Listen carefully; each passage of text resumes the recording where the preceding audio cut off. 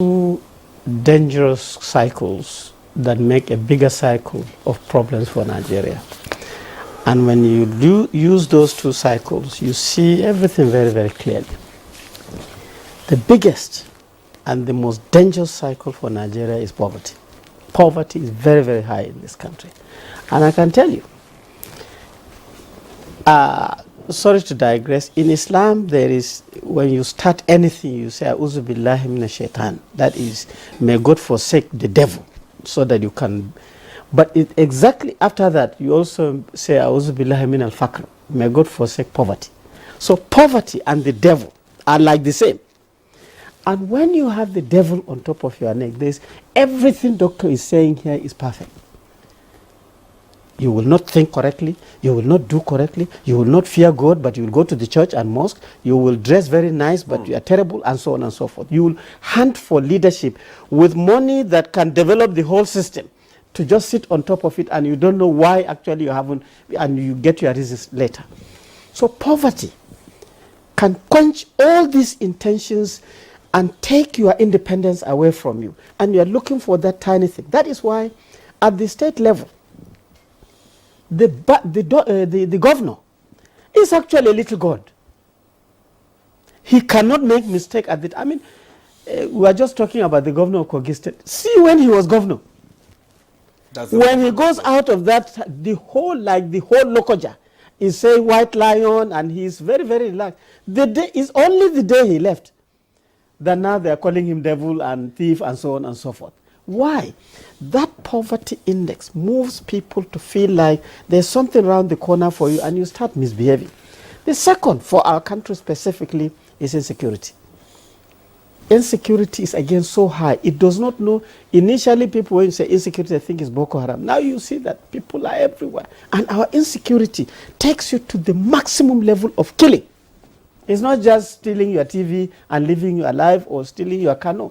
All the ingredients, and these two are constantly rotating and making the cycle of challenges bigger and bigger and bigger. Poverty creates insecurity. Insecurity creates poverty, and it's getting bigger and bigger. So, now, these are not totally undismountable.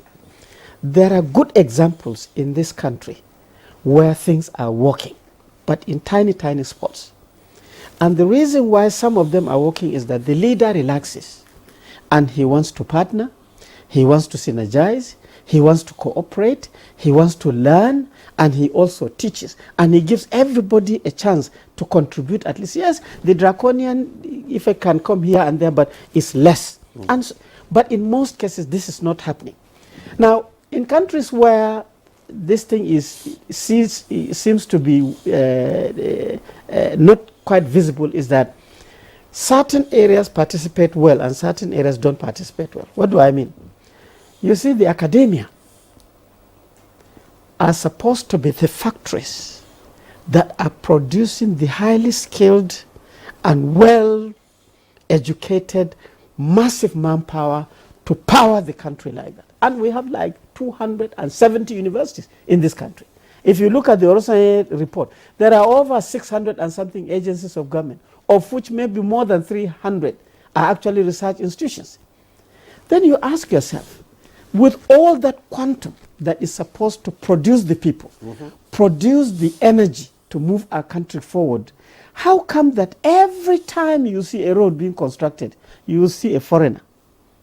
When our leaders are commissioning it, whether it is communication, whether it is water, whether it is road, whether it is railway, whether it is aviation, everything, you will see at the commissioning level 1 or 2 foreign people, and that is where the energy of implementation is. Then you tend to wonder what is happening to this cluster. Something has to happen to make sure that you take over. You will not see this in Malaysia. You will always see Malaysians doing Malaysian technology-based projects. You will not see, even in Ghana, they are beginning to narrow it down. We need to do that too. For us to do that, we have to reflect and see our technical energy. Where are they? Are they being utilized? If you look at, say, Adamawa State, that small state has only 3 to 4 million people. It has a federal university. it has a state university, it has a private university, it has the same number of polytechnics, same number of colleges of education, hundreds of these bits and pieces specialized. But when you go and ask the content coming out of those institutions in government, you probably will find that it is very, very little. You get what I mean? So this needs to happen. 3 is that we are not good users of data. Data is what guides you to plan. Data is what makes you to reflect.